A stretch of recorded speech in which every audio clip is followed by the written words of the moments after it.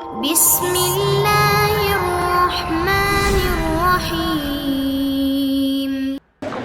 Kalau kita sudah siap menikah dan ada wanita yang ingin kita nikahi, selesai apa lagi? Yang bahaya tuh kita nikah orang tak mau. Namanya cinta kelapa. Awak cinta orang tak apa-apa. Atau ada perempuannya ada, duit ada, awak pula tak berselera. Ini pun ngeri juga ini. Kalau kita udah siap nikah, ya, wanita yang ingin kita nikahi pun ada, mantap. Tapi orang tua tak mengizinkan. Bagaimana cara kita menanggapinya, Pak Ustaz? Undang Ustaz Alnof, acara pengajian, judulnya dosa orang tua menghalangi anak nikah. Nanti biar disiapkan Ustaz Alnof.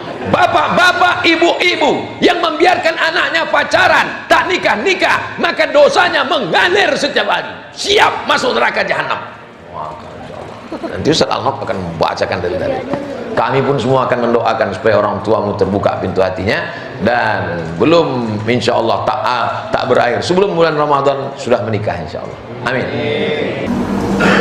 Saya seorang ibu dengan 4 anak laki-laki. Wow, amazing. Suami saya berdinas jauh di luar kota. Waspadalah. Bagaimana supaya hati ini selalu sabar dalam menjalankan tugas sebagai seorang ibu dan istri yang selalu ditinggal?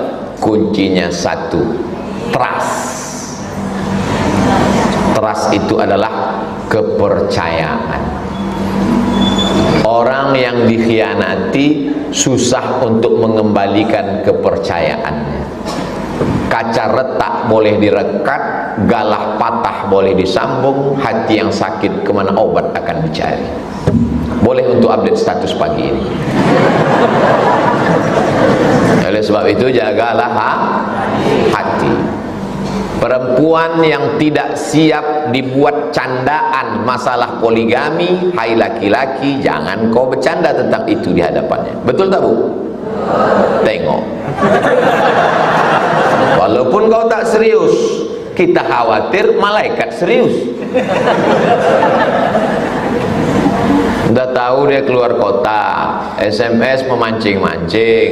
Perempuan seperti lalang kering. Kalau kau cerita tentang perempuan, walaupun hanya untuk sekedar membuatnya cemburu, tapi hatinya sudah bercabang-cabang. Maka kembalikan trust, kepercayaan, maka saling percaya. Insya Allah ibu ini pun tenang di rumah. Abang di mana, Bang? Abang di hotel syariah, Dek. Di hotel ini kalau masuk nanti ditanya surat nikah. Ini foto abang, hotel syariah. Habis foto keluar. Nanti saya selalu jumpa sama jamaah. Asal jumpa foto, asal jumpa foto. Dalam hati saya apa? Baru saya paham. Rupanya kalau ditanya istrinya, abang sama Ustaz. Mesti banyak persediaan, Pak Ustaz. Tenangkan hati. Begitu juga dengan ibu. Ibu tenangkan. Anaknya meninggal, suaminya sedang di luar. Pulang suami. Nama suaminya Abu Talhah, nama istrinya Ummu Sulaim. Gimana anak kita? Kata dia, anak kita tidur lebih seperti biasa. Disiapkannya makanannya, disiapkannya minumannya, disiapkannya pakaiannya, suaminya mandi, habis itu sholat, habis itu makan. Udah selesai baru diceritakannya, anak kita meninggal, Bang. Jadi kau tadi bohong? Enggak, lebih lelap dari seperti biasa. Lebih lelap itu berarti mati. Bukan dia sedang jauh dari SMS, anak kita demam panas, Bang, dan 40 derajat, nampaknya meninggal lagi. Apa tak kutung katang di sana? Tunggang langgang lintang pukang. Yang di sana tak selesai, yang di rumah tak selesai. Jadi ibu bapak jaga, insya Allah. Ramadan melatih kita cerdas secara emosional. Ada namanya cerdas spiritual, sini. Ada cerdas namanya intelektual, sini. Cerdas emosional. Bulan puasa, air tak masuk, makanan tak masuk, gula turun, emosi marah. Sekarang belum lagi, nanti dah agak-agak jam 1, jam 2 nengok mobil merah macam semangka. Ibu jangan pakai jilbab hijau, sangka orang melon. Saat emosi datang membara, marah, datang orang ngajak kelahi, insyatamahu ahadun, maka dia mesti cerdas. Dia katakan inni shaim, ambo sedang puasa, deyen sedang puasa, abdi mah puasa atuh akan. Tak boleh dia. Berani kau sama saya? Aku sedang puasa. Tak berani kan? Aku puasa. Awas setelah maghrib. Si kau pacah kepeluang. Jadi kecerdasan ini harus dijaga, karena bapak nih, ibu nih menjaga anak 4, suami di luar kota, maka jangan panas-panasi dia pak. Dia udah kepanasan menjaga anak 4 orang. Anak saya kerja di satu daerah yang cuacanya sangat panas, membuat dia tak kuat untuk berpuasa. Pertanyaan saya, bolehkah saya membayarkan fidyah untuk atas nama anak saya itu? Di Sudan cuacanya 2, panas dan panas sekali. Cuaca di Sudan itu bisa sampai 40 dan 50 derajat Celcius. Sendal swallow begulung. Ini anak ibu nih, coba kita kirim dulu ke Sudan. Dan tidak ada orang Sudan yang membatalkan puasa. Tak ada membatalkan puasa. Sudan tak kaya, tak pakai AC. Rumah malam-malam tuh kalau mau tidak panas, lelap tidur, jam 5 sore itu disiram pakai air dinding tuh, supaya tak menguap panas. Jadi kalau ada orang mengatakan ada yang lebih panas dari Sudan, saya tengok, kecuali memang dia tinggal di Sudan. Dan tak ada ulama Sudan yang memfatwakan boleh berbuka puasa. Andai pekerja berat, tambang batu bara, masuk ke dalam lubang tanah, atau mengerja lascor, maka tak boleh dia langsung tak puasa. Tetap dia makan sahur, tetap dia bekerja sampai jam 1, jam 2 berkunang-kunang mau mati, baru boleh membatalkan puasa. Tak boleh dari pagi itu, aku tak puasa lagi kau sebab kerjaku berat, tak boleh. Dia tetap tiap hari nak lawaitu sama ghadin an ada ifad di syahri Ramadan hadhihi sanati bila ta'ala. Begitu dalam kitab Al-Fatawa Al-Hindiyah. Orang yang pekerja berat, maka dia tetap makan sahur dan berniat. Kalau siang itu dia hampir mati, pilihannya 2. Antara mati dengan makan, pilih mana, Bu? Jangan pilih mati. Nanti lakinya bilang, "Dek, abang udah mau mati." Mati aja lah bang. Jangan. Nah, jadi kalau hanya sekedar panas, tak bisa. Andai dia sudah terlalu panas, dibilangnya, "Mak, aku udah mau mati, aku udah mau mati." Batalkannya puasanya, tidak dibayarkan fidyah. Dia tetap mengqadha di hari yang lain. Yang bayar fidyah itu orang tua renta yang tak sanggup puasa di Ramadan, Syawal, Zulqa'dah, Zulhijjah sampai mati tak sanggup puasa. Atau orang yang kena penyakit mah akut, diabetes akut, mah akut, yang tak bisa puasa Ramadan, Syawal, Zulqa'dah, Zulhijjah sampai mati tak bisa puasa, baru dibayarkan fidyah. Ini sikit-sikit fidyah. Udah mampu yuk fidyah. Apa? Ustadz, bagaimana cara menghilangkan hasad dan dengki? Yang pertama, kita mesti periksa apakah kita kena hasad. Bahasa Arabnya hasad, bahasa Indonesianya dengki. Orang kita suka mubazir, hasad dan dengki sama lah itu. Pertama, kita mesti medical check up. Saya pergi ke rumah sakit, daftar dokternya 2 meter, SPOG spesialis obgyn kandungan, SPOT spesialis ortopedi tulang belakang, spesialis kulit kelamin, tapi tak ada di situ spesialis hasad.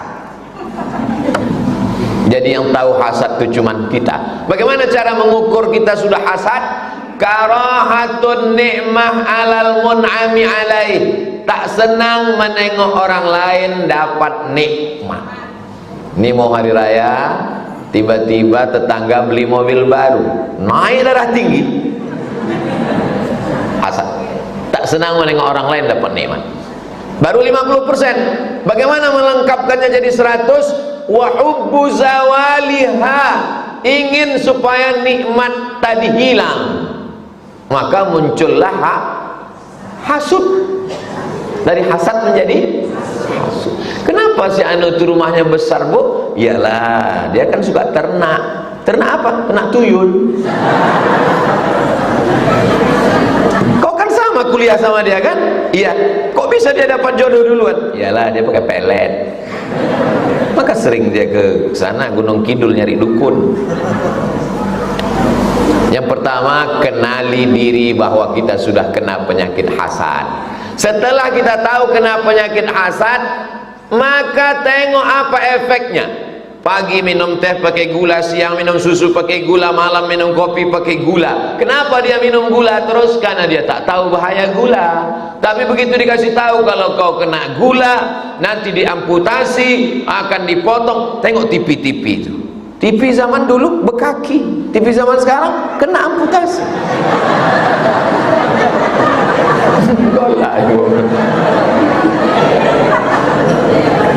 Datang rasa takut.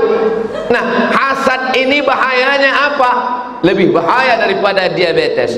Iyyakum wal hasada, jauhilah penyakit hasad dengki. Fa innal hasada ya'kulul hasanat, hasad memakan segala amal kebaikan kita. Kama ta'kulun narul hatab, sebagaimana api memakan kayu bakar. Puasamu melayang, sedekahmu hilang, ceramah kau terbang gara-gara hasad. Doakan hati Ustaz Somad supaya tak hasad. Hasad ini luar biasa, menengok orang lebih muncul. Yang ketiga, doakan orang yang dapat nikmat itu di depan dia. Dia lebih dulu nikah, barakallahu lakuma wa baraka alaikuma wa jama'a bainakuma fi khair, walaupun hati tak ikhlas, Allahumma barik lahum. Sama-sama nikah, bisa pula dia dulu punya anak. Sama-sama nikah Januari, pas April dia punya anak. Hasad, dengki, doakan di depan orangnya, menghilangkan. Yang keempat, tahadu tahabu, berbagi hadiahlah kamu, maka kamu akan berkasih sayang. Saya insya Allah orang-orang yang ngasih hadiah itu ingat saya. Iyalah Ustaz dikasih, bukan, kita memberi itu juru. Makanya ada buku judulnya The Miracle of Giving, keajaiban memberi. Menerima nikmat, tapi memberi juga jauh lebih nikmat. Kalau tak percaya, tanyalah kepada bapak-bapak yang sudah memberi tadi. Rasa nikmat yang mereka rasakan tak bisa kita rasakan sebelum kita membuat seperti yang mereka lakukan. Andai pun kita merasakan, perasaannya belum tentu sama. Kenapa? Karena rasaku bukan rasamu.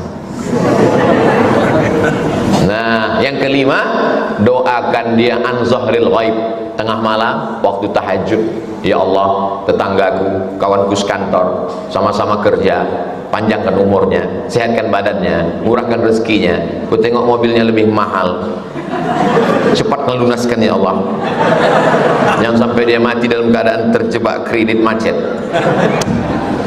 5 jurus membersihkan hati.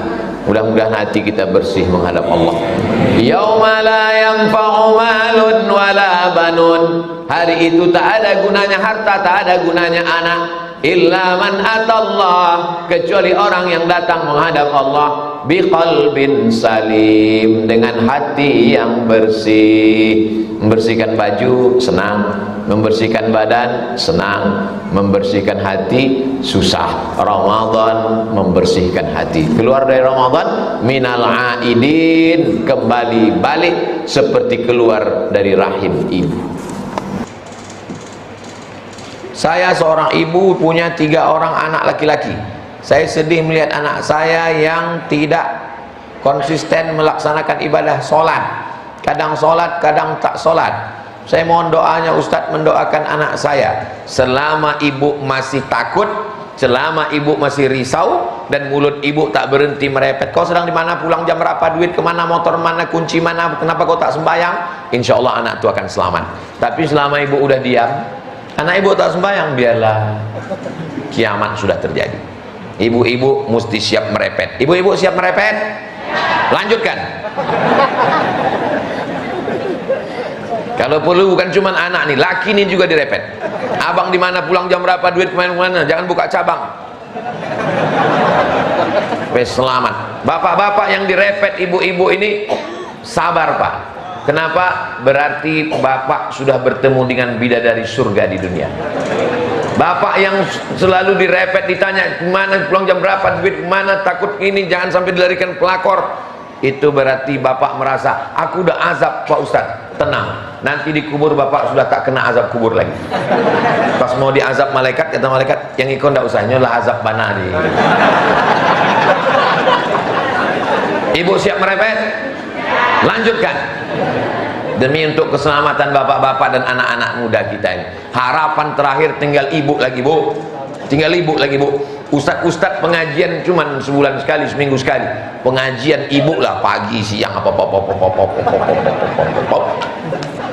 malam ibu doakan. Ibu tahajud malam, bacakan Al-Fatihah.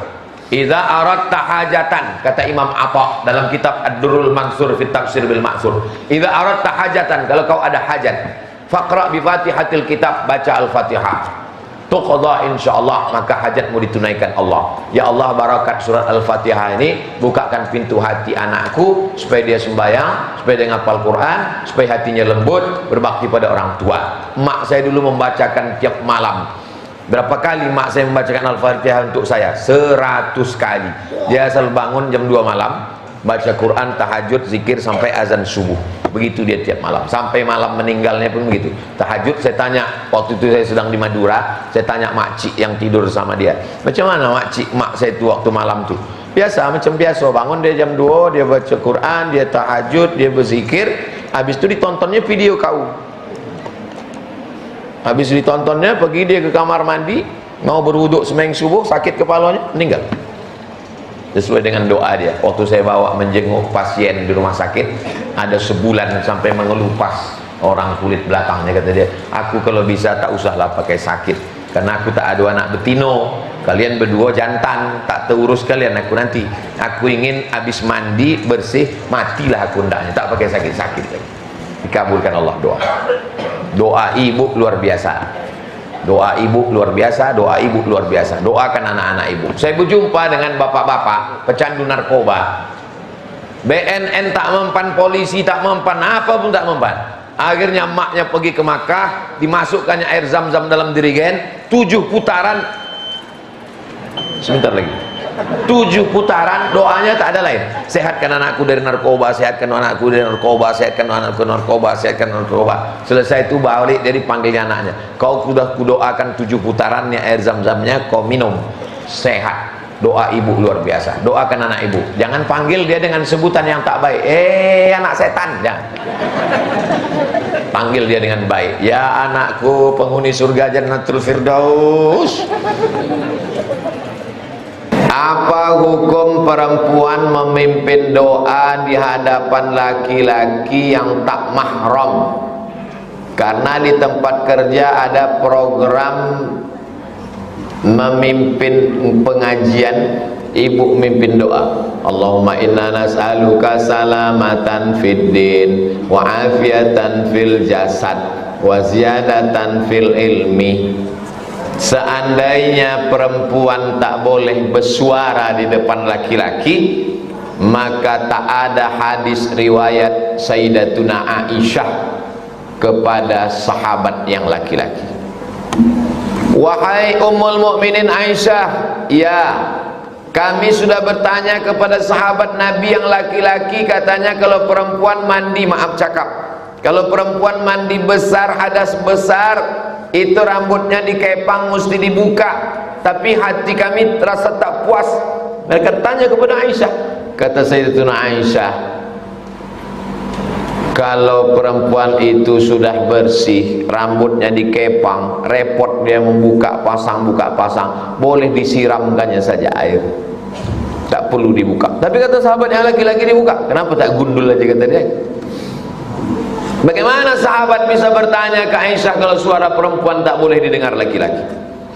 Tapi katanya ada suara perempuan yang haram didengar laki-laki. Suara yang mana? La takhada'na bil qaul. Janganlah perempuan itu bersuara mendayu-dayu, lemah gemulai. Yatma'alladzi fi qalbihi marad. Ada laki-laki yang dalam hatinya ada penyakit, kalau didengarnya suara lemah gemulai dia jadi error.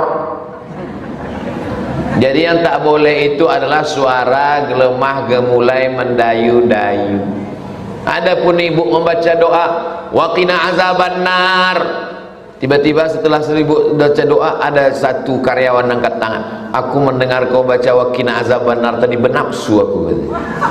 Kalau ada tolong kasih tahu biar kami ikat, kami campakkan ke Sungai Siak. Mana ada. Itu maka qari'ah perempuan membaca Quran tidak haram karena tidak membangkitkan hawa nafsu. Perempuan membaca barzanji, tola'al badru alaina salawat. Jadi yang tak boleh itu adalah suara mendayu-dayu, mendesah-desah, lemah gemulai. Tapi jangan berlebih-lebihan. Ini kadang doanya biasa aja, lipstiknya 2 inci, lagunya biasa aja, bedak yang tebal betul, muka putih, tangan hitam.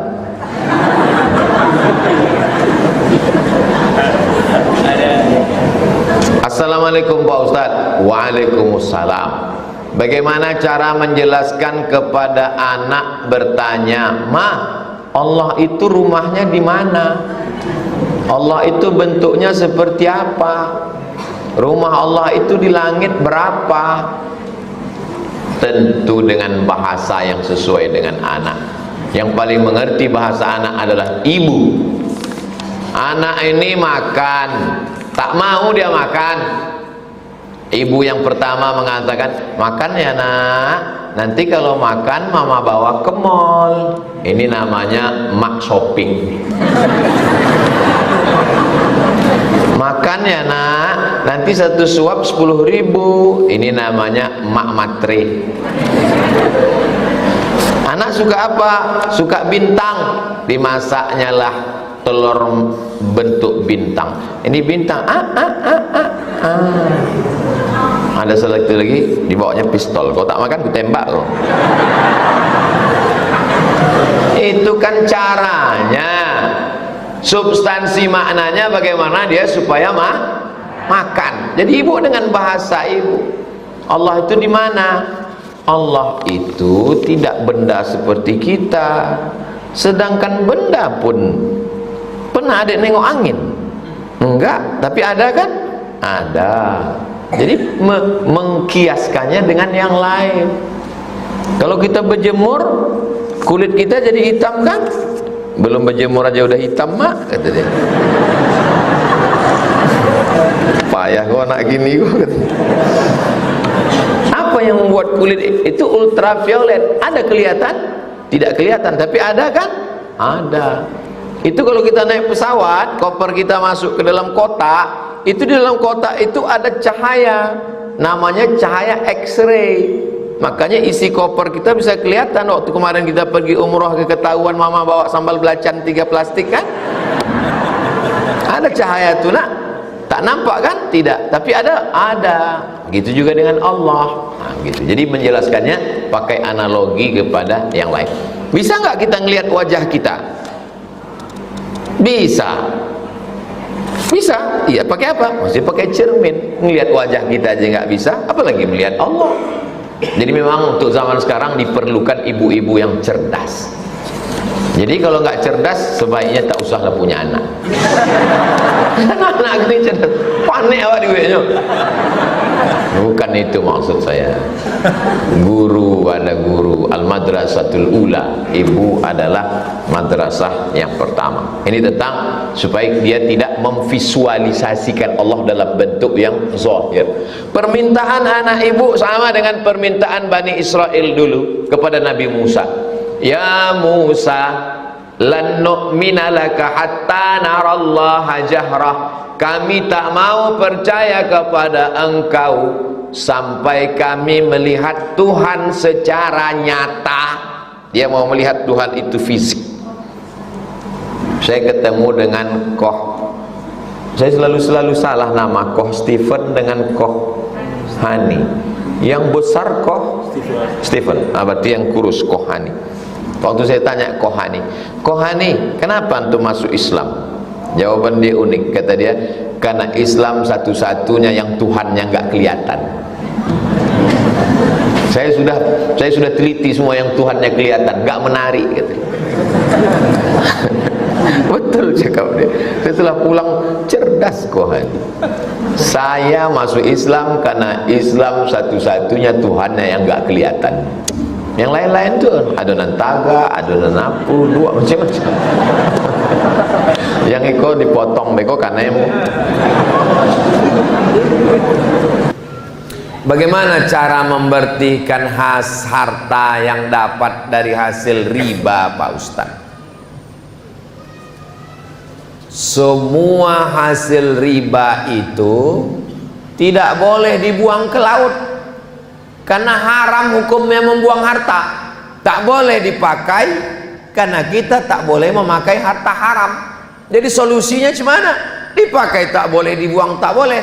Kata Syekh Yusuf Al-Qardawi dalam kitab Fatwa Muasirah, fatwa kontemporer, dipakai untuk masalih ammah, kepentingan umum. Contohnya Pak Ustadz, membangun pesantren Nurul Azhar di Palas, kepentingan umum, maka serahkanlah ke Ustadz Al-Nob. Jadi bapak ibu yang ada duit-duit haram di rumah, kami tunggu.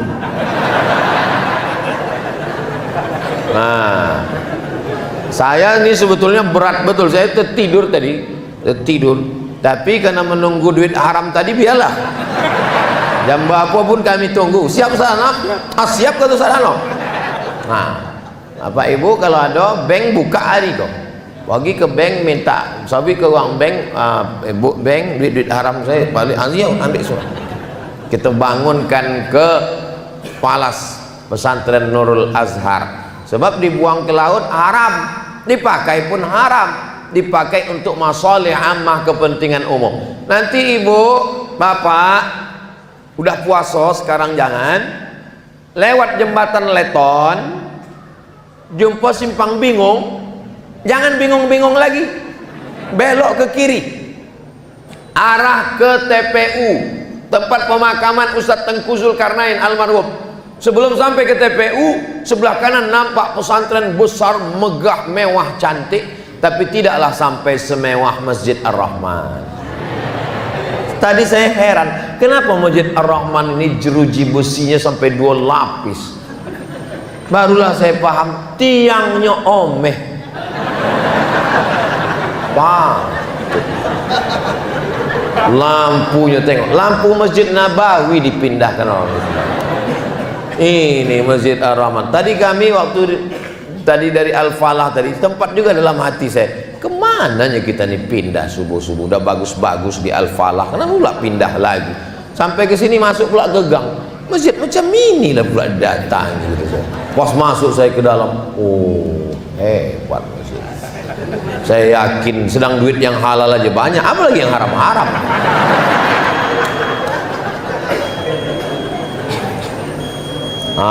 berbunyi, udah habis waktu. Nama saya tak boleh sebut nama, menjaga kode etik jurnalistik. Asal dari Bandul, Bengkalis. Di saat ibu saya melahirkan, ibu saya meninggal. Allahumma fir laha warhamha wa'afiha wa'fu anha. Allahumma ja'al qabraha rawdatan min riyadil jinan. La taj'al qabraha hufratan min hufratil niran. Tak sempat saya menyusu dengan ibu saya.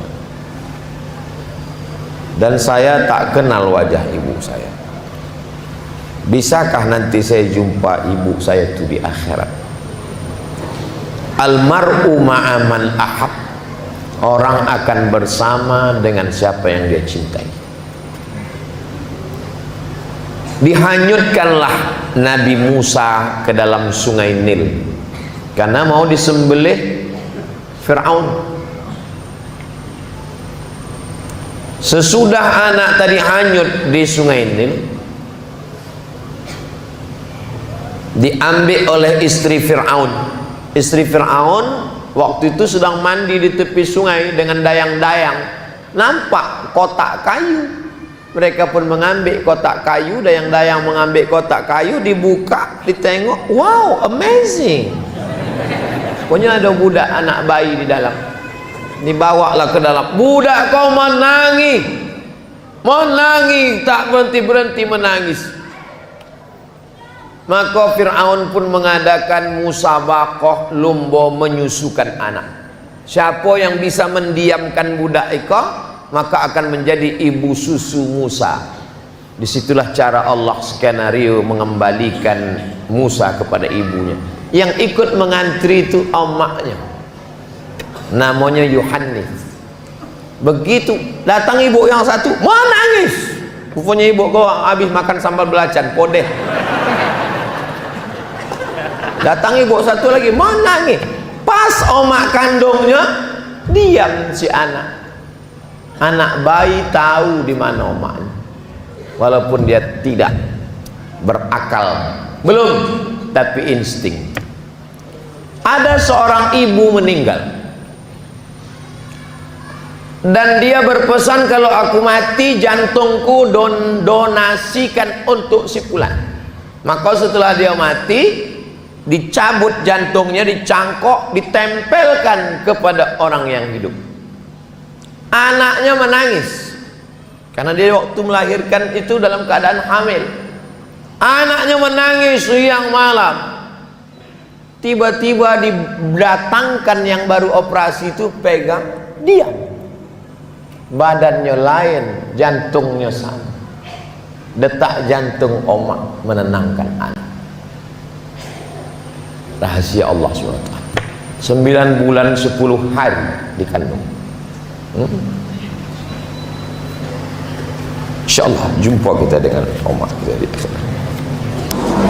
Saya mau belajar bisnis, sering diminta bon kosong karena memang sistem pencairan dana memaksa terjadi praktik demikian.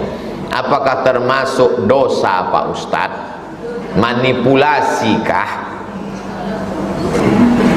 Menginap di hotel 2 hari tapi dalam keterangan 3. Naik pesawat yang tiket ke Jakarta 600.000, pas ganti tiket yang 1,5 juta.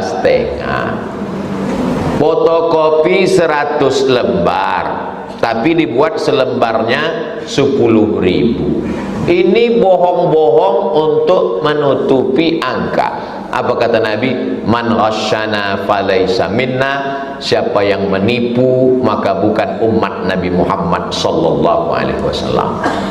Dapat duitnya, bawa pulang ke rumah, belikan ke beras, beras masuk rice cooker, setelah itu dibuka jadi belum tentu, kalau lupa mencet masih air.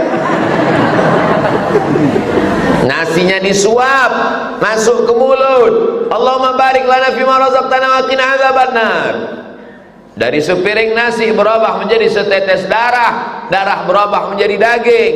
ayyuma lahmin, setiap daging di badan, nabata min haramin, tumbuh dari yang haram, fannaru aulabi, tempatnya api neraka jahanam. Anak-anak yang hijau, yang lucu-lucu, yang baik-baik disuapkan makan haram.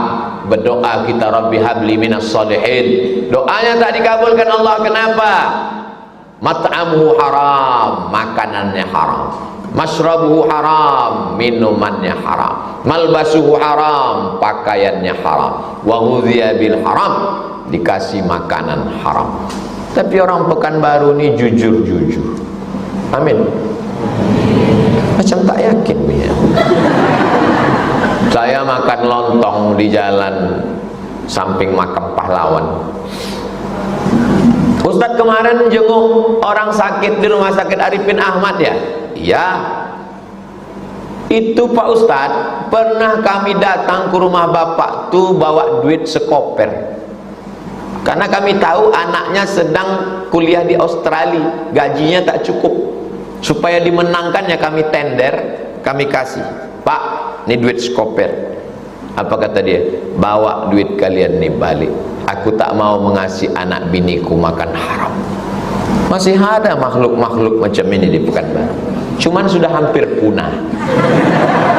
Sudah macam-macam dinosaurus yang mesti dibudidayakan dengan kajian-kajian. Ustadz, kami kena kasus. Datang kami ke rumah hakim, kami bawakan duit. Apa kata hakim? Jangan kasih anak bini saya makan haram. Tak mau dia terima Pak Ustaz. Kami tengok anaknya suka main kucing. Nampaknya kalau dikasih kucing yang pesek, rupanya kucing ini makin pesek makin mahal. Hah? Kami kasih anak kucing pun dia tak mau. Jangan rusak anak saya dengan yang haram. Ada di Pekanbaru. Itu di depan Masjid An-Nur, Jalan Kesail sebelah kanan, itu kantor Badan Intelijen. Tak macam kantor. Saya diundang ceramah ke situ. Anak saya Pak Ustadz di Jogja kuliah naik angkot. Kalau pangkatnya seperti saya bintang ini, mestinya sudah naik mobil pribadi. Tapi saya tidak mau anak saya makan haram Pak Ustadz. Itu kata Bapak Kepala Badan Intelijen dulu, yang sekarang tidak tahu kan. Jadi masih ada orang-orang yang jujur, yang tulus-tulus itu masih ada. Setiap zaman ini akan ada. Mudah-mudahan di zaman akan datang yang tulus dan jujur ini adalah anak-anak kita. Berintegritas dia. Siapa yang mendidiknya? Ibu. Dulu saya kalau waktu kecil balik bawa mobil-mobilan, mau tidur malam main mobilan di tempat tidur sama adik. Dari mana dapat kau ni tadi? Di jalan tadi mak, punya siapa? Entah, antarkan di tempat kau dapat tadi. Malam-malam pula wak suruh. Kenapa gitu mak? Nanti mobil ni membesar di akhirat dan kau akan memikulnya. Sekarang barulah paham, rupanya ada dalilnya. Wa may yaghlul, siapa yang curang, ya'ti bima ghalla yaumal qiyamah, dia akan memikulnya pada hari kiamat. Jadi cerita Mak dulu bahwa ada orang memikul mobil ni, ada nanti di akhirat memikul mobil dinas. Dan pengurus masjid hati-hati, pengurus yayasan hati-hati, ustadz-ustadz hati-hati. Jangan sampai gara-gara curang nih pun masuk di tempat yang sama, tiba-tiba bersatu dengan pejabat, dengan oknum anggota dewan, dengan oknum hakim, dengan oknum jaksa. Pas masuk ke dalam, tengok loh, ustadz di situ juga. Iya lah, patang ustadz ceramah, itulah salah data loh patang. Maka saya katakan hati-hati kita di yayasan ini. Setiap rupiah ini kita akan diminta tanggung jawab di hadapan Allah SWT. Mudah-mudahan selamat kita ujian ini, insyaallah. Amin. Terakhir, udah terjawab tadi. Di belakang nih ada pertanyaan, semua tak jadi, dicoret ya. Saya seorang pedagang makanan bolehkah melayani pelanggan laki-laki untuk makan minum pada satu waktu Jumat, dan apa hukumnya Pak Ustadz? Tidak sah jual beli ketika sudah azan masuk waktu Jumat sampai selesai sholat Jumat. Jadi kenapa laki-laki ini sampai tak sholat Jumat? Man tarakal jum'ata salasa marratin, siapa yang meninggalkan sholat Jumat 3 kali tahawunan karena menyepelekan sholat Jumat, taba'allahu ala qalbi, Allah mengunci hatinya. Azab yang paling mengerikan adalah hati terkunci. Khatamallahu ala qulubihim wa ala sam'ihim wa ala absarihim. Hati terkunci, telinga tersumbat, mata tertutup. Summum bukmun umyun, pokak, tuli, bisu, buta. Azab di atas azab. Jadi yang punya rumah makan tulis besar-besar di situ, hari Jumat dari sejak azan sampai selesai sholat Jumat dilarang masuk. Karena kalau ibu ini melarang, segan dia. Laki-laki ini balik berakal sehat, maka dia sholat Jumat. Nah, habis waktu. Bagaimana cara menyikapi teman yang suka menyesatkan, membid'ahkan sehingga menyebabkan perpecahan? Maksudnya yang satu lapis. Apa satu lapis itu? Salapi. Itu selapis.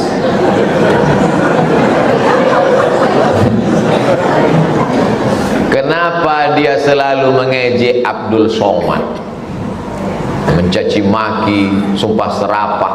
Karena ada 3. Yang pertama, dia mengatakan orang yang berakidah Asy'ari adalah kafir. Saya berakidah Asy'ari. Saya di Perti, Persatuan Tarbiyah Islamiyah, sebagai komisi fatwa. Ketua Perti Profesor Alaidin Koto, Inyak Canduang, Inyak Jaho, Perti. Buya Hamka dalam tulisan 1980 menulis bahwa kita dalam akidah berakidah Asy'ari. Buka buku 37 masalah populer dalam pembahasan masalah Syiah. Ketika Buya Hamka diajak untuk ikut Syiah, Buya Hamka mengatakan kami orang Indonesia berakidah Asy'ari. Sedangkan Salafi mengatakan Asy'ari sesat. Jadi amboko di matonyo sase. Yang kedua adalah masalah tawassul. Bertawassul kepada Nabi sebelum berdoa kepada Allah, menyebut Nabi. Ya Allah, barakat Nabi Muhammad, barakat Syekh Bahauddin Naqsabandi, barakat Syekh Abdul Qadir Al-Jilani, kabulkanlah doa kami. Dia mengatakan orang yang bertawassul musyrik. Saya kalau berdoa bertawassul dengan Nabi, maka amboko di matanya musyrik. Yang ketiga, masalah berbeda pendapat. Asal beda dengan dia, bid'ah. Maulid Nabi bid'ah, nuzul Quran bid'ah, malam 1 Muharram bid'ah, halal bihalal bid'ah, Maulid Nabi bid'ah, barzanji bid'ah, marhaban bid'ah, sayyidina bid'ah, kunut subuh bid'ah, zikir jahar bid'ah. Asal berbeda sama dia bid'ah. Kalau sudah bid'ah dolalah, kalau sudah dolalah finnar. 3 simpang yang tidak bisa bersama. Jadi bagaimana solusinya? Jelaskan. Dikumpulkan oleh Profesor Akbarizan, imam-imam sepekan baru di kantor MUI depan Masjid Ar-Rahman. Ambo memberikan materi. Saya jelaskan tentang masalah 3, akidah Asy'ari, masalah tawassul, masalah bid'ah. Ulama mesti menjelaskan. Maka undanglah ulama Ahlus Sunnah wal Jamaah ke masjid, akan datang kemari kelompok ustadz Sunanul Mustafa membacakan Sahih Al-Bukhari, kitab Sahih Al-Bukhari. Lalu kemudian ustadz dari Sunanul Mustafa, Ustadz Al-Nob dan kawan-kawan, Ustadz Zul Henry Rais dan kawan-kawan menjelaskan supaya kita tidak diserang dalam 3 masalah besar. Akarnya yang 3 ini, baru yang lain itu cabang-cabang. Allah lebih dekat dari urat nadi dan napas kita. Allah lebih dekat dari semua itu. Sebelum kita bicara, Allah lebih tahu sebelum kita jalankan. Itu ayat Quran. Wa nahnu aqrabu ilaihi min hablil warid. Kami lebih dekat dari urat nadi. Wa nahnu khalaqnahum, kami yang menciptakan mereka. Wa na'lamu ma tuwaswisu bihi nafsuh, kami tahu apa yang berbisik-bisik dalam hatinya. Bila terlintas di hatimu ingin berzina. Untung masjid, kalau luar masjid sudah selesai kita nyanyikan. Mengapa harus berdoa dan meminta Pak Ustadz? Allah kan tahu apa yang dalam hati. Mengapa kita mesti berdoa? Ini yang menulis nih, dia nih tak pernah berdoa. Dia tak pernah berdoa. Pas ditanya, kau tak pernah berdoa? Enggak. Kenapa tak berdoa? Karena kau tahu yang ku mau. Kenapa kita berdoa? Yang pertama, qul in kuntum tuhibbunallah, kalau kau cinta kepada Allah, fattabi'uni, ikuti aku. Siapa aku di situ? Nabi Muhammad. Nabi Muhammad berdoa waktu malam perang Badar, diangkatnya tangannya dari tahajud sampai subuh. Nabi berdoa mengangkat tangan. Itulah mengapa kita berdoa, karena mengikut Nabi Muhammad sallallahu alaihi wasallam. Pertanyaan ini cerdas. Ini pertanyaan ini bergizi, berkualitas. Nah, logika akal. Allah kan tahu apa yang di dalam. Ya. Kalau Allah tahu yang di dalam, kenapa kita berdoa? Karena bukan Allahnya yang jadi masalah, ini kan kitanya. Allah tak ada masalah, kita yang bermasalah. Kita kurang yakin, kita yakinkan diri kita. Ya Allah, kabulkanlah ya Allah. Makanya orang yang berdoa itu menunjukkan kesungguhannya. Ud'u rabbakum tadarru'an wa khufyah. Berdoalah engkau dengan sikap merendahkan diri, wa khufyah, dengan suara yang lirih. Nabi kalau berdoa mengangkat tangan, waktu sedang khutbah diangkatnya tangan, orang yang di bawah tuh menengok putih ketiaknya, artinya tangannya diangkat. Makanya saya heran kali kalau ada orang berdoa tangannya di paha, kepala matanya sambil nengok-nengok. Kau berdoa apa tersapu kawan gue. Berdoa tuh khusyuk, berdoa ya Allah, ya Allah. Berdoa bukan masalah Allahnya, Allah tahu, tapi masalah kitanya. Sama macam seorang istri bertanya ke suaminya, abang cinta sama aku? Kalau tak cinta, takkan ku nikahi kau, ku batang ke bapakmu. Rumah yang ku bangun, ini mobil ini kan bukti cintaku. Aku tak percaya bang sebelum kau bercakap. Speak up dong kan. Lalu si lakinya tuh bilang jutaime gitu. Jutaime itu artinya aku cinta padamu, bahasa Prancis.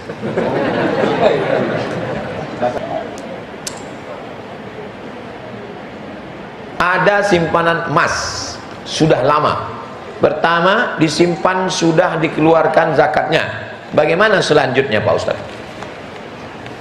Batasnya 85 gram. Ingat, 85 85 85 85 85 85. Jangan keluar dari sini berubah jadi 58. Kapan emas itu mencapai 85 gram? Emas saya 85 gram tanggal 1 Rajab.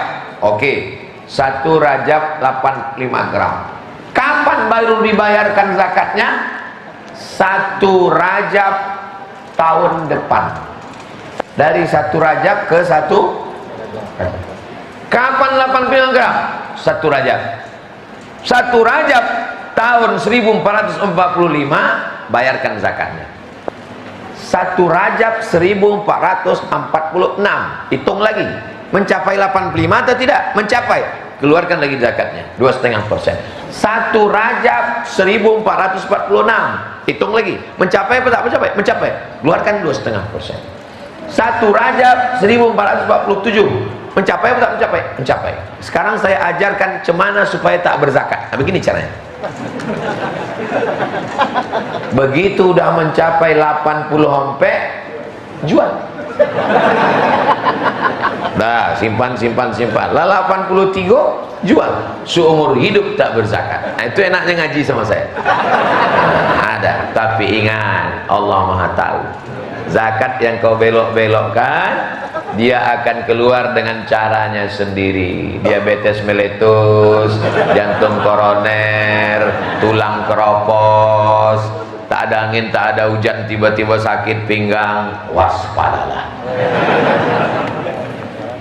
Pak Ustadz, jika kita melaksanakan puasa bulan Syawal, apakah kita mesti mengganti dulu puasa yang tinggal di Ramadan? Afdalnya begitu. Jadi ibu yang potong tinggal 7 hari, nanti ibu qadha dulu 7, sesudah diqadha 7 baru puasa 6. Jadi kami Pak Ustadz puasanya 7 tambah 6. 7 tambah 6 3 boleh. Habislah kuih orang tu. Kalau cito afdal, yang afdal qadha dulu baru puasa 6. Tapi kalau cerita jawaz boleh. Nanti ibu panjang umur sehat badan pergi ke Mesir dengan Ustadz Riki insyaallah. Amin. Nanti dibawa Ustadz Riki ziarah ke makam Imam Syafi'i. Di samping makam Imam Syafi'i kok ada imam besar mazhab Syafi'i, namanya Imam Zakaria Al-Ansari. Imam Zakaria Al-Ansari kok berfatwa, siapa yang puasa qadha di bulan Syawal, maka inyo dapat pahala puasa sunat Syawal. Ustaznya lah bahasa Melayu, kami tidak paham. Siapa yang puasa qadha di bulan Syawal, entuk puasa sunat sing 1 2 3 4 5 6 7 iki puasa sunat. Nggih, ngertos ya, nggih. Jadi siapa yang berpuasa qadha di bulan Syawal, niatnya niat qadha, maka otomatis dapat pahala puasa sun. Memang pengalaman ambo. Puasa 6 kok ringan, tapi godaannya luar biasa. Ambo puasa 6 lah, puasa 6. Khutbah di Masjid Darul Abror komplek DPR. Wapi puasa tu. Jemaah yang dimuliakan Allah. Wapi dia awak lapar kan? Selesai turun ke bawah, datang jemaah. Ustaz, apa Pak? Ada apa Pak? Kita singgah ke Pondok Baung sebentar. Dalam hati ambo, pas kita sedang tak puasa, tak ada tawaran. Pas sedang puasa, waktu itu masih mengajar di UIN. Puasa hari berikutnya, hari Senin, hari Selasa, puasa. Datang ibu-ibu pegawai di Usuludin. Ustaz, nasi kotak udah siap. Yang puasa sunat nih, bedanya puasa wajib tak boleh dibatalkan. Kalau puasa sunat, faman syaa falyuftir, siapa ingin membatalkan boleh membatalkan. Jadi kalau awak sedang bertamu ke rumah orang sedang puasa, Ustaz makan boleh dibatalkan kalau awak puasa sunat. Jadi Ustaz kalau bertamu ke rumah kami Ustaz batalkan, aku tengok dulu lauknya apa. Kalau nasi kotak tergolek-golek ayam, tapi kalau daun ubi tumbuh pakai sambal belacan, ikan asin gembong, tak usahlah meniti elil.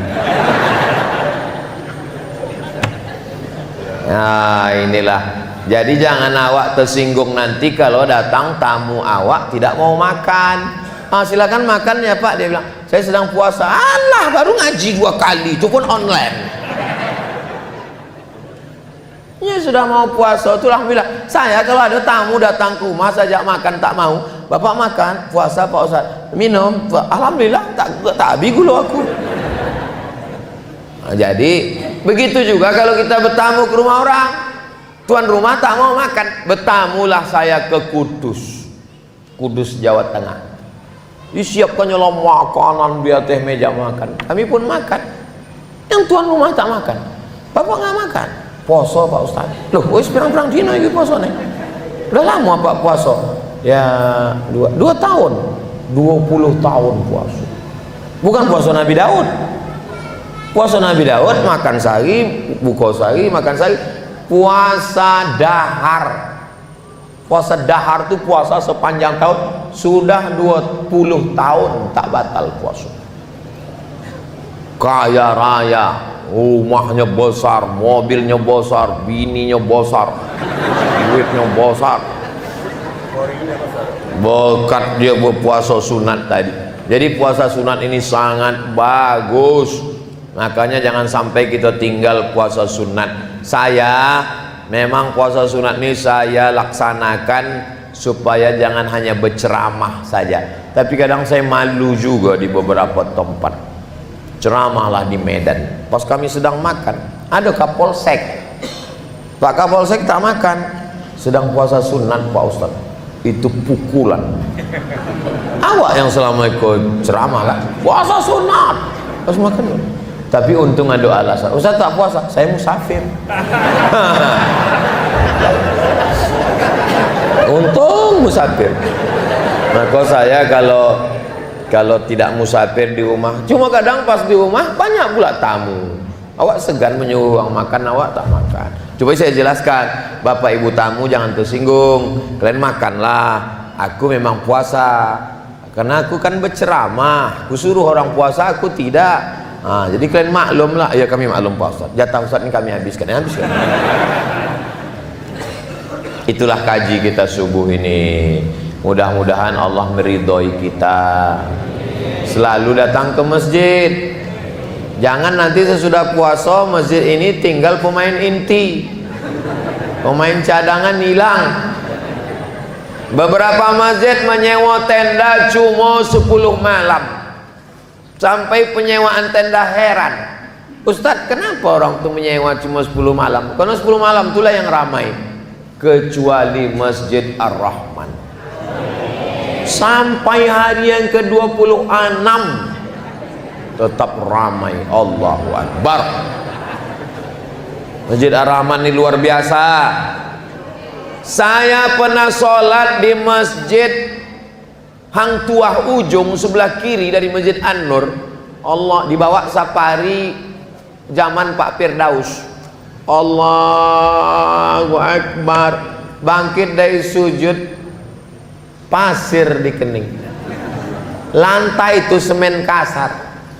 Tapi di Masjid Ar-Rahman, cobalah tengok, batu marmer memanjek sampai ke atas.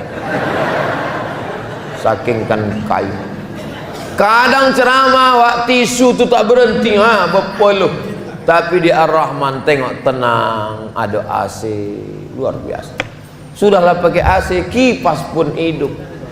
Ini paling sedap tidur siang Ramadan. Beruntunglah Bapak Ibu yang ada di sekitar Masjid Ar-Rahman ini. Bertuah. Kalau tak juga sembahyang berjamaah, memang neraka jahanam lah tempatnya. Apakah ada wajib zakat pada lahan kelapa sawit jika uang belinya masih pinjam di bank dan nilainya sudah mencapai haul? Punya tapak rumah, harga tapak rumah semeter di daerah sini 2 juta. Lalu kemudian harga tapak rumahnya itu 3 miliar. Adakah zakatnya? Tak ada. Punya mobil, harga mobilnya 2 miliar, tak ada zakatnya. Punya tapak sawit, tak ada zakatnya. Sawitnya berbuah dan mengeluarkan hasil, hasilnya dizakati. Berapa zakatnya? Kalau dikiaskannya kepada tanaman, maka zakatnya kalau pakai tada hujan 10%, kalau pakai irigasi 5% potong biaya operasional. Kalau dikiaskannya kepada zakat perniagaan 2,5%. Itulah mengapa sebagian orang yang bersawit nih, aku keluarkanlah 5%. Kenapa? Karena ini kan seperti tanaman. Kau, aku seperti dagang, maka 2,5%. Kau, aku bingung sampai sekarang belum berzakat lagi. Keluarkan, pilih antara 2,5% atau 5%. Mau 10, bagus. Lebihnya itu terhitung sebagai sedekah. Apa hukumnya meminjam uang dengan gadai surat berharga atau BPKB kendaraan? Pinjam duit 1 juta, bayar 1.100.000. Pinjam 100 juta, bayar 110. Apa namanya itu? Riba. Orang yang makan riba 5. Pertama, la yaqumu illa kama yaqumul ladzi yataqabbathu syaitanu minal mas. Bangkit dari kubur nanti di akhirat, bangkit dari kubur macam bangkit dari kerasukan setan. Kalau nampak nanti orang kerasukan setan waktu bangkit dari kubur sempoyongan macam kalau ini yang meletakkan BPKB potong. Kedua, duit riba dibelikan ke nasi, dimakan, lidah kena duit riba, doa tak dikabulkan Allah. Mat'amuhu haram, karena lidah makan haram. Kasihlah aku anak yang soleh, lidah makan haram, tak dikabulkan Allah. 3, masuk ke badan menjadi darah daging. Ayyumalah min nabata min aramin, tumbuh dari yang haram, fannaru aulabi, tempatnya api neraka. Berat kau 50 kilo, yang halal cuma 10 kilo, yang 40 haram, diobok-obok dalam neraka, habis hancur terbakar baru masuk surga. 4, nasiyatin kadzibatin khati'ah, ubun-ubun pembuat dosa. Yang berdosa kan mata. Kenapa pula ubun-ubun? Karena sepiring mangkok ketupek gulai paku dibeli dari duit riba haram, berubah menjadi setetes darah, masuk ke dalam jantung, dari jantung menyembur naik ke otak, dari otak inilah memerintahkan ke mata, otak memerintah ke telinga. Jangan kasih anak makan riba, karena otaknya hitam, haram, mau berbuat dosa-dosa. Saya heran, saya nengok kawan saya nih Pak Ustaz, cerita sama dia 5 menit, menit yang pertama itu aja yang halal, dia habis itu haram aja. Nah, itulah otak-otak haram. Yang kelima, kalau sudah tidur malam, tidurnya jam 9, jam 10, tak terbangun sholat tahajud, bukan salah jam, bukan salah mata, tapi gara-gara makan haram, dicabut Allah satu nikmat. Nikmat apa? Nikmat sholat malam, dicabut Allah nikmat, tak terasa lagi nikmatnya. Nikmat makanan tercabut, ada yang lebih menyakitkan, tak terasa lagi nikmat sholat. Nauzubillah. Di akhir majelis mari kita sama berdoa, mudah-mudahan anak-anak soleh dan solehah, para pemimpin kita diberikan adil dan amanah. Negara Kesatuan Republik Indonesia baldatun thayyibatun wa rabbun ghafur. Ala hadhihi niyyah wa kulli niyatin shalihah. Al-Fatihah. Bismillahirrahmanirrahim. Assalamualaikum warahmatullahi wabarakatuh. Hadirin yang dirahmati Allah, ceramah ini mengingatkan kita bahwa hidup beriman bukan hanya soal ibadah ritual, tetapi juga tentang menjaga hati, akhlak, dan kejujuran dalam seluruh aspek kehidupan, keluarga, pekerjaan, pergaulan, dan harta. 1. Menikah dan ridha orang tua. Menikah adalah ibadah. Jika seorang anak sudah siap menikah dan pasangannya baik, maka orang tua tidak seharusnya menghalangi tanpa alasan syar'i. Membiarkan anak pacaran bertahun-tahun tanpa arah justru membuka pintu dosa yang panjang. Namun bagi anak, tetap wajib bersabar, berdoa, menjaga adab kepada orang tua, karena ridha Allah bergantung pada ridha orang tua. 2. Kunci rumah tangga jarak jauh adalah kepercayaan. Bagi istri yang ditinggal suami bekerja jauh, kuncinya 1, yaitu kepercayaan. Jangan bercanda soal poligami, jangan memancing cemburu, jangan bermain api dengan pesan dan curiga. Hati perempuan bukan tempat bercanda, karena luka hati sulit disembuhkan. Kepercayaan itu mahal, sekali retak sangat sulit diperbaiki. 3. Cerdas emosional di bulan Ramadan. Ramadan bukan hanya melatih lapar dan haus, tapi melatih emosi. Saat marah datang, Rasulullah mengajarkan, "Aku sedang berpuasa." Itu tanda cerdas emosional. Orang yang mampu menahan marah lebih kuat daripada orang yang menang dalam perkelahian. 4. Puasa di tempat panas dan pekerjaan berat. Panas bukan alasan membatalkan puasa dari pagi. Orang yang bekerja berat, tetap sahur, tetap niat puasa. Jika siang hari benar-benar membahayakan nyawa, baru boleh berbuka. Fidyah bukan untuk orang kuat, tapi untuk orang tua renta, orang sakit kronis yang tidak ada harapan sembuh. 5. Membersihkan penyakit hati, hasad, dan dengki. Hasad adalah tidak senang melihat orang lain mendapat nikmat. Lebih parah berharap nikmat itu hilang. Bahaya hasad, menghapus pahala, merusak amal, mengotori hati. Cara membersihkannya, sadar bahwa diri terkena hasad, takut akan bahayanya, doakan orang yang diberi nikmat, biasakan memberi hadiah, doakan diam-diam di waktu tahajud. 6. Kekuatan doa ibu. Doa ibu tidak pernah tertolak. Ibu jangan berhenti mengingatkan anak, mendoakan anak, merepet demi kebaikan anak. Lebih baik anak kesal sekarang daripada ibu menyesal di akhirat. Bacakan Al-Fatihah di tahajud, niatkan untuk anak-anak. 7. Kejujuran dalam harta dan pekerjaan. Manipulasi, markup, laporan palsu, uang riba, semua adalah dosa besar. Harta haram merusak doa. Anak yang makan dari harta haram sulit menjadi saleh. Harta haram tidak boleh dipakai, tidak boleh dibuang, disalurkan untuk kepentingan umum. Kejujuran mungkin berat, tapi keberkahan hanya datang dari yang halal. 8. Ibadah sosial dan sikap di masyarakat. Perempuan boleh memimpin doa jika tidak mendayu-dayu. Suara perempuan bukan aurat, yang dilarang adalah suara menggoda. Jangan mudah menyesatkan orang lain hanya karena beda pendapat. Jaga ukhuwah, jangan gemar membid'ahkan dan memecah umat. 9. Salat Jumat dan tanggung jawab sosial. Tidak boleh membantu orang meninggalkan salat Jumat. Pedagang wajib menutup usaha saat azan Jumat. Membantu laki-laki taat, bukan memfasilitasi dosa. 10. Penutup, inti dari semua. Hidup ini singkat, yang kita bawa ke akhirat bukan jabatan, harta, popularitas, tapi hati yang bersih, harta yang halal, anak-anak yang didoakan, amal yang jujur. Semoga Allah membersihkan hati kita, menjaga keluarga kita, dan menjadikan kita hamba yang istiqamah hingga akhir hayat. Amin ya rabbal alamin. Wassalamualaikum warahmatullahi wabarakatuh.